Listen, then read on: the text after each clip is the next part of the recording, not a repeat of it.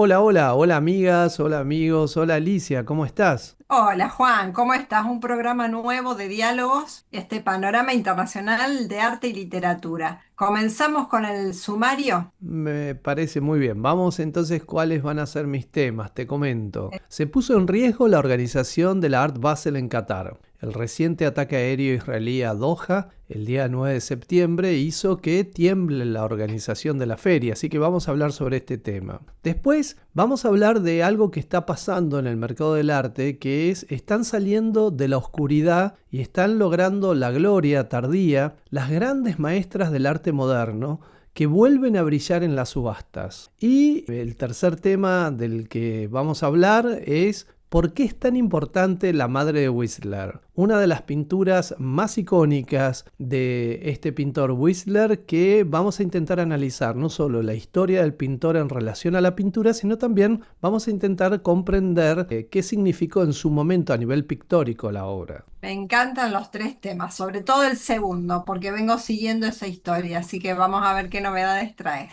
Mira, te cuento. Un lugar emblemático de la cultura española celebra los 100 años, el Círculo de Bellas Artes de Madrid. Regresa nuestro clásico espacio conociendo librerías. Hoy nos vamos a Venecia. Libros y comidas. ¿Sabes por qué los restaurantes se volvieron tan importantes? Esos temas, todos hoy aquí en diálogos. Intuyo alguna relación entre los restaurantes y la literatura. Pero Sí, bueno, así es. vamos entonces sí con este tema urgente de estos días. Imaginemos la escena. Estamos en Doha, la capital de Qatar, una ciudad que en los últimos años se ha convertido en símbolo de modernidad, de diplomacia internacional y también en símbolo de cultura. Entre sus planes más ambiciosos estaba recibir la prestigiosa feria Art Basel, una de las más importantes del mundo, iba a tener sede en Qatar. Pero todo cambió de un momento a otro. Un ataque aéreo israelí golpeó un complejo residencial en pleno Doha. Allí se encontraba reunida la cúpula política de Hamás discutiendo una propuesta de alto el fuego y de liberación de rehenes. La explosión dejó varios muertos y heridos, aunque sus principales líderes sobrevivieron. La noticia recorrió el mundo entero en segundos. La condena internacional no tardó en llegar. Gobiernos y organismos denunciaron una violación flagrante de la soberanía de Qatar y del derecho internacional y sobre todo advirtieron lo que todos temen, que esta acción pueda desencadenar una peligrosa escalada del conflicto en la región. En medio de este clima de incertidumbre, la pregunta inevitable surge en el mundo del arte. ¿Qué pasa con la feria Art Basel en Qatar luego de este ataque aéreo? Un evento de este tipo requiere estabilidad, confianza y seguridad internacional y de repente se ve envuelto en un escenario de tensión política y militar. Y no se trata de cualquier feria. Art Basel Qatar es el quinto gran evento de la marca Art Basel. Está previsto que se realizase del 5 al 7 de febrero del próximo año, el 2026, en Doha obviamente. Este debut es fruto de una colaboración de largo plazo entre Qatar Sport Investment y QC Plus y se presenta como una muestra concisa y curada que busca celebrar el vibrante panorama cultural de Qatar y el dinámico ecosistema artístico de todo el Medio Oriente y del norte de África. La edición, si se realiza, que es lo que se ha puesto en duda en estos días, será en M7, un centro creativo impresionante ubicado en el corazón de Doha, dedicado al diseño, a la moda, la innovación y las industrias culturales. Además, se expandirá también al distrito del diseño de Doha en pleno centro de Amsterdam. Justamente parece ser que esta es el área, esta área está muy cerca de donde fue el ataque aéreo. Y esto es lo que más ha hecho reflexionar al mundo del arte sobre la viabilidad de la organización de la feria. Lo que debería ser un espacio para el arte, el encuentro y el diálogo cultural se ve una vez más sacudido por los vientos de la guerra. Y el futuro de Art Basel en Doha, que hasta ayer parecía una fiesta de arte contemporáneo, hoy se tiñe de incertidumbre. Tenemos para compartirles un video de Boel Shopki, que es su director artístico y es un artista egipcio que trabaja entre Alejandría y Filadelfia y obtuvo reconocimiento internacional internacional por sus obras que trazan la historia de las cruzadas a través de una lente de Medio Oriente. Así que es un especialista no solo en arte de la región, sino también entre ese cruce de la región propia donde se organizaría la feria y el mundo occidental. My name is Wael Shawqi. I'm an artist from Egypt and I'm the artistic director of Art Basel Qatar. It's very important for me as an artist to sometimes be away from my own practice and to see things from outside. I'm the artistic director of Fire Station Platform in Doha, which is a school focusing more in the education in the region. I think it's also very important to try to be part of the development in the professional art market in the region. This is, I believe, part of the responsibilities not only of the institutions but also of the artists. Art Basel Qatar is about dreamscape. It's about the idea of how can we use landscape as a way of understanding the evolving of humanity. These types of transformations that are happening not only because of the landscape, but landscape is a main factor and an essential reason for these types of changes. I think this is really what we're trying to focus on in this first edition. Bueno, Alicia, me interesa entonces conocer este centenario del Círculo de las Bellas Artes de Madrid del que me hablabas. Así es, mira, un emblemático edificio de Madrid y institución también cultural, una institución que justamente está cumpliendo, festejando los 100 años, donde el Círculo de Bellas Artes es el lugar donde el pasado, el presente y la cultura se entrelazan para dar vida a una celebración que promete ser monumental. Este lugar no es solo un edificio, es una cápsula del tiempo, un testigo silencioso de un siglo de arte e historia. Y ahora, con sus 100 años a cuestas, el Círculo de Bellas Artes abre sus puertas con una temporada que en sí misma es una obra de arte. Más de 50 propuestas esperan en su cartelera, abarcando desde el teatro y el cine hasta la ópera y la música electrónica. Es un festejo que honra su legado mientras mira hacia el futuro. Imagina las paredes de este edificio si pudieran hablar, las cosas que contarían. Sobre todo historias de la agitación cultural de los años 80, de los debates que encendieron mentes brillantes y de los artistas que encontraron en sus salones un hogar. La institución no solo celebra su propia historia, sino que también reconoce a quienes con su obra han enriquecido el panorama cultural. La medalla de oro del centenario es el máximo galardón del Círculo, ha sido otorgada a dos figuras que desde orillas distintas han sabido desafiar el status quo. Por un lado, tenemos al escritor italiano Antonis Scurat, un guardián de la democracia que, a través de sus letras, nos advierte de las amenazas que se ciernen sobre nuestras sociedades. Y por otro, al inconfundible Andrés Rábago, más conocido como El Roto, cuyo humor gráfico se ha convertido en una radiografía implacable de la política y las dinámicas sociales en España. Ambos, a su manera, son foros de pensamiento crítico. El Círculo de Bellas Artes no se duerme en sus laureles, su centenario es, para ellos, un nuevo punto de partida. Han anunciado una serie de innovaciones que prometen democratizar aún más el acceso a la cultura. El primer gran paso, importantísimo, es la digitalización de sus archivos, abriéndolos al público para que cualquiera pueda sumergirse en su rica historia. Además, su colección de arte emprenderá un viaje por toda España a través de préstamos y colaboraciones. Y si todo esto es poco, Radio Círculo, la radio que funciona dentro del Círculo de Bellas Artes, se reinventa, transformándose en una moderna plataforma de podcast. Durante la presentación de la temporada, el presidente del Círculo, Juan Miguel Hernández, hizo hincapié sobre todo en el papel social de la institución que viene cumpliendo durante estos 100 años. En un momento de crisis humanitaria, dijo, para reivindicar los valores universales y sin rodeos, pidió que pare la matanza de Gaza y un grito al que se sumó el director Valerio Rocco.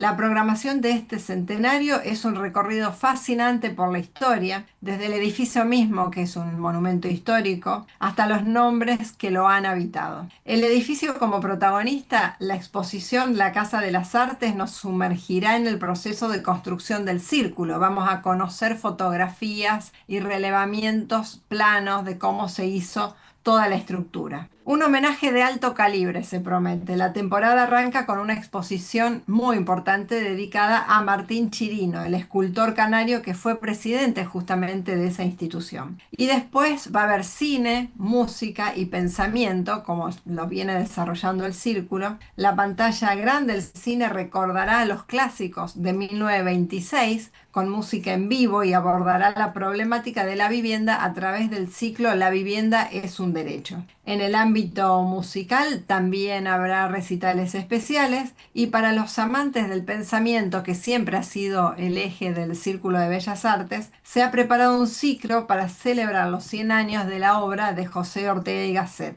y un seminario que invita a descolonizar la filosofía. Todo esto y seguramente que muchas otras cosas es lo que nos espera en este trayecto a la espera de la fecha justa, que es en el 2026, del centenario de esta institución tan importante y tan relevante de Madrid, que es el Círculo de las Artes. Seguramente va a dar un vuelco a la modernización y la programación va a ser un desafío también de aquí en adelante para ser mucho más coyuntural y mucho más importante en lo que es la cotidianeidad de los madrileños. Así que bueno, eso es una muy buena noticia. Qué interesante cuando el patrimonio se proyecta al futuro, ¿no? Cuando no solo se trata de conservar un bien del pasado, sino que se trata de proponernos un horizonte. Exacto, bueno, justamente eso es lo que vamos a ver en el video que tengo para compartir. Bueno, estamos.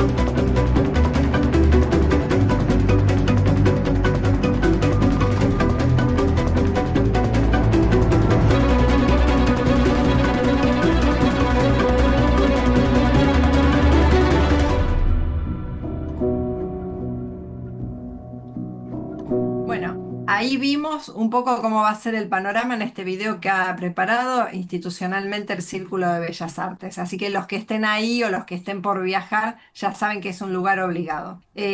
Juan, Sí. de la oscuridad a la gloria, ¿qué significa esto? Y es el retorno de las maestras del arte que vuelven a brillar en las subastas, es decir, no solo tienen un valor pictórico y estético, sino que obtienen un valor muy importante y relevante en el mercado. El mundo del arte, las últimas décadas, han sido un verdadero torbellino para las artistas femeninas de la primera época moderna, esas que vivieron entre los siglos XV y XVIII. A diferencia de lo que podríamos pensar, la mayoría de estas mujeres fueron famosas y exitosas en sus tiempos, pero después cayeron en el olvido. ahora están resurgiendo. Tomemos el caso de la pintora holandesa Rachel Rais, famosa por sus bodegones de flores. Durante su vida, entre 1664 y 1750, llegó a vender sus cuadros por más dinero que su famoso colega Rembrandt. Sin embargo, su fama se desvaneció tras la muerte. Afortunadamente, en los últimos años, su legado ha comenzado a recuperar brillo. De hecho, su primera gran exposición individual está viajando por varios museos del mundo. En este momento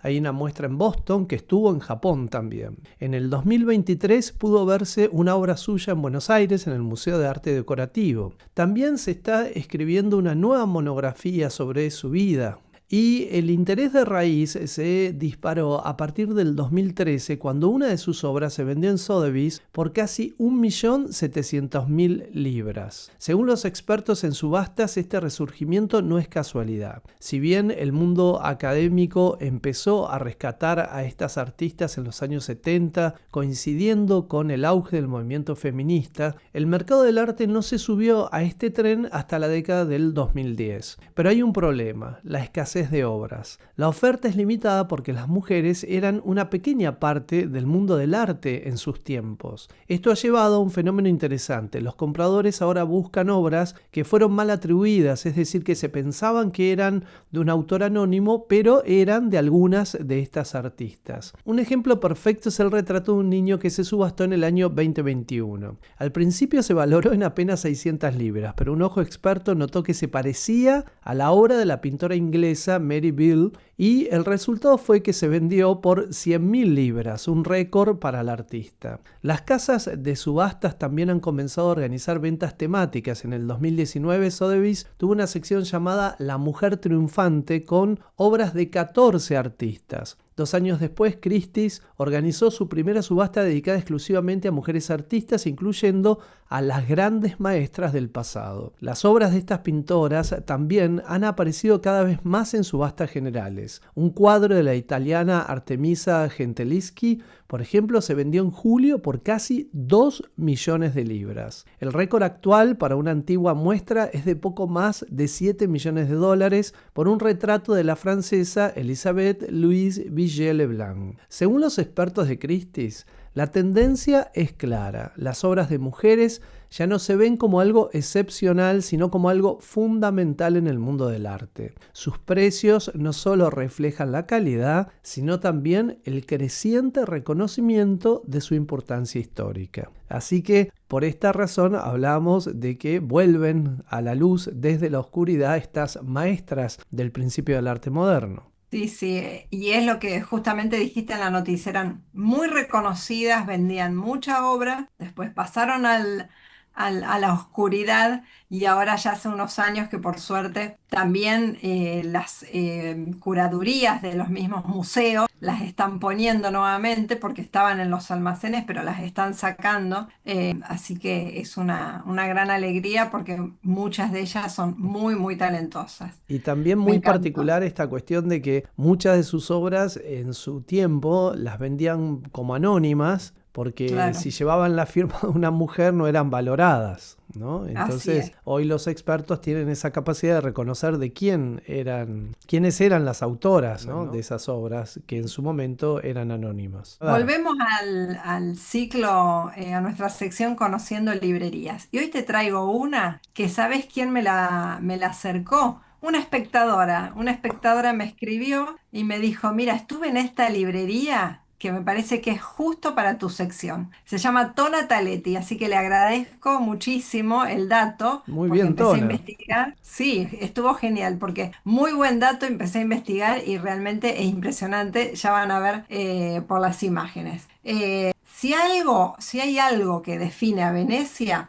además de los canales y las góndolas, es la magia de sus rincones, esos lugares únicos que aparecen sacados de un cuento. Y hoy quiero llevarlos a uno de ellos, conociendo esta librería que se llama Acqua Alta. La historia de este lugar tan singular comienza en 2002, cuando un hombre llamado Luigi Frizzo, un apasionado de la ciudad de Venecia, decidió darle vida a su propio sueño. La librería de Luigi no es una librería cualquiera, es en sí misma un pedazo de Venecia, un microcosmos de esa misma ciudad. Como vemos en las imágenes, aquí los libros no solo se apilan en estanterías, sino que se integran en el entorno. Y es que para combatir las famosas mareas altas, esas que empiezan justamente ahora en octubre, los libros están acomodados dentro de góndolas, de canoas y hasta de botes, creando un paisaje muy extraño, muy extraordinario también para una librería, una mezcla perfecta entre esa cosa cotidiana y también lo poético que tiene Venecia. La librería Acqua Alta es un laberinto de historias. En sus estrechos pasillos uno descubre no solo libros, sino también muebles antiguos y, por supuesto, la compañía de los verdaderos guardianes del lugar, los gatos. Estos felinos deambulan con total libertad, como si fueran parte de la comunidad literaria, aportando esa sensación de paz y familiaridad tan propia de la vida veneciana. Y si creen que eso es todo, piensen de nuevo por qué no. En la parte trasera de la tienda, una escalera verdaderamente única, la estamos viendo ahí en las imágenes, está hecha de cientos de libros viejos, esos libros que ya no se pueden vender porque están inutilizados adentro, transformados en escalones, en esa variedad cromática que es una maravilla. Al subir se puede disfrutar de una vista increíble de los canales. Y por si fuera poco, su salida de emergencia es algo que solo se podría encontrar justamente en Venecia. Una antigua puerta de madera, como la que estamos viendo, que se abre directamente a un canal. Es un lugar perfecto para capturar una foto memorable, quizás con una góndola esperando del otro lado. La librería Acqua Alta no es solo un santuario para los amantes de la lectura, sino un lugar que nos ofrece una perspectiva distinta de Venecia. Es una narrativa viva, un cuento vivo, un lugar donde las palabras y el agua se entrelazan para crear una de las postales más encantadoras de la ciudad. Sin duda, una parada obligada si alguna vez visitan la ciudad de los canales. Así que con estas imágenes tan lindas, los invitamos a ver un pequeño video del dueño contándonos sobre la librería. A ver, veamos. La libreria si trova esattamente nel quartiere di Castello. Siamo, per spiegare meglio, tra San Marco e Rialto. La particolarità della libreria è che durante le stagioni dell'acqua alta, quindi che va da ottobre a praticamente tutto l'autunno e una parte dell'inverno, essendo posizionata in una zona della città molto bassa, l'acqua entra all'interno della libreria. I libri vengono salvaguardati sia con queste strutture tipo vasca da bagno, gondola, barchette varie che vengono appese in giro per la libreria e poi con le braccia dove i libri sono posizionati più bassi vengono presi e alzati. Abbiamo libri di tutti i tipi, di tutti i generi, di tutti i formati, come si dice, sia in italiano che in straniero e anche in dialetto veneto naturalmente e veneziano. Ci sono molti riferimenti ai gatti perché il titolare è proprietario di 5 gatti. È un amante della razza felina e i gatti abitano di sopra dove lui ha l'abitazione e quindi vengono su e giù per la libreria. Noi non abbiamo assolutamente un catalogo, lavoriamo praticamente con la memoria e con la speranza che i nostri clienti non ci spostino le cose quando consultano i libri.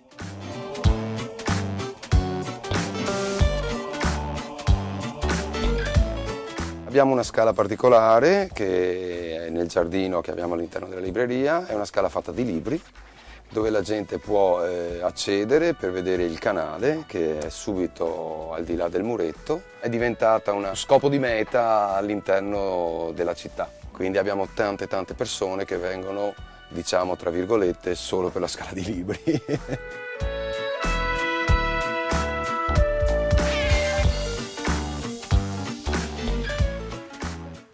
Bueno, viste, Juan, que ahí justamente dice sobre los gatos y están los gatos Sí, deambulando muy por ahí. interesante. Y Venecia, claro, también tiene muchos ratones, por eso los gatos son muy importantes, ¿no? Porque cuando las aguas suben, viste, las desagües se repletan y entonces los ratones salen, así que los son Claro. protagonistas en Venecia. Y sí, por ahí planifican esta visita para el año que viene, pueden hacer un programa doble, ¿no? La Bienal de Venecia y conocer esta librería tan interesante. Es exacto. Y además yo animo a nuestros espectadores a que me envíen también sugerencias de librería, así como lo hizo Tona, y después de su experiencia en la librería me escribió y bueno, acá estamos contándola y compartiendo, así que los que quieran sumar ideas y lugares que conocer, bienvenidos sean. Serán bienvenidos, claro. Bueno, si te parece, Alicia, vamos entonces. Se me ocurrió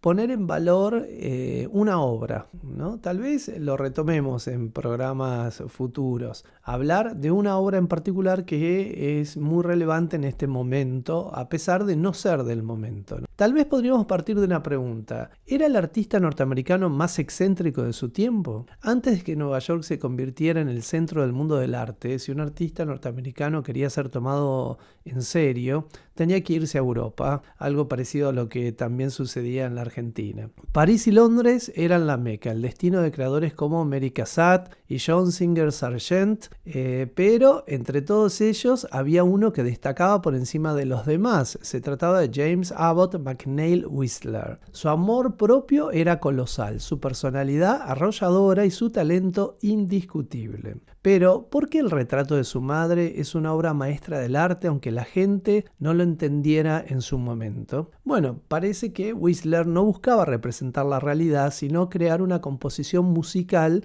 de colores y formas. Por eso tituló su obra más famosa Arreglo en gris y negro número 1, aunque el mundo la conoce como la madre de Whistler. En una época donde el público victoriano prefería el sentimentalismo, Whistler presentó una figura austera, rígidamente sentada, una sinfonía de formas aplanadas y ángulos de 90 grados. A pesar de la fría recepción que tuvo en su origen la obra, su rigor formal la convirtió en un ícono de la cultura norteamericana. Entendamos también por qué la obra tuvo tanta repercusión, ¿no? Y para esto puede servirnos a hacernos una pregunta un poco extraña, ¿no? ¿Qué tiene que ver un zar ruso con un futuro general confederado y un juicio por difamación en la vida de Whistler? Resulta que la vida de Whistler fue un relato de giros inesperados. Nació en Massachusetts, pero se mudó a San Petersburgo cuando su padre fue contratado por el zar Nicolás I.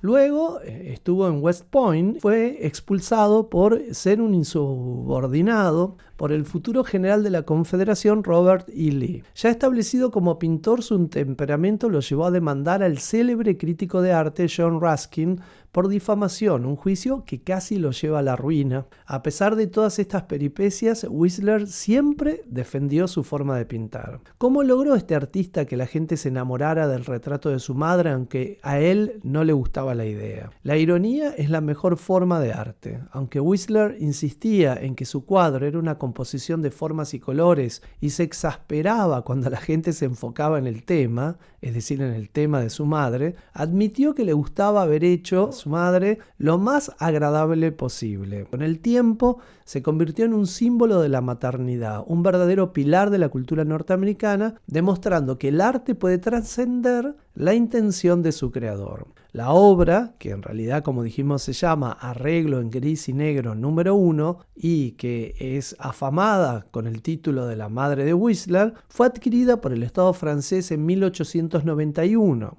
lo que la convirtió en la primera obra de Whistler en formar parte de una colección pública, un hito importante en la carrera del artista. Y hoy se puede ver en el Museo d'Orsay en París, en Francia. Así que, a pesar de ser tal vez una de las obras más icónicas de la historia de la pintura norteamericana, para poder apreciarla tenemos que visitar el Museo d'Orsay en París. Hermoso, hermosa explicación. Me encanta esta parte, Juan, de explicar una obra y saber por qué tiene importancia. Me parece que va a ser un buen aporte. Me gusta. Sí, me parece que la idea interesante puede ser esto de tomar obras que tan icónicas que estamos viendo todo el tiempo, digamos, incluso que se han vuelto íconos de la cultura pop en algunos casos y son tomados y retomados por otros artistas y bueno, y entender de dónde viene esa imagen y entender por qué se la valora tanto. Mira, nos vamos de esta explicación tan buena sobre una obra de arte ahora a un libro, a un ensayo y sí, como dijiste, lo del restaurante tenía que ver justamente con un libro. Es un nuevo libro de Christophe Ribat que se llama En el restaurante. Estamos viendo la tapa y estamos viendo también la fotografía del autor.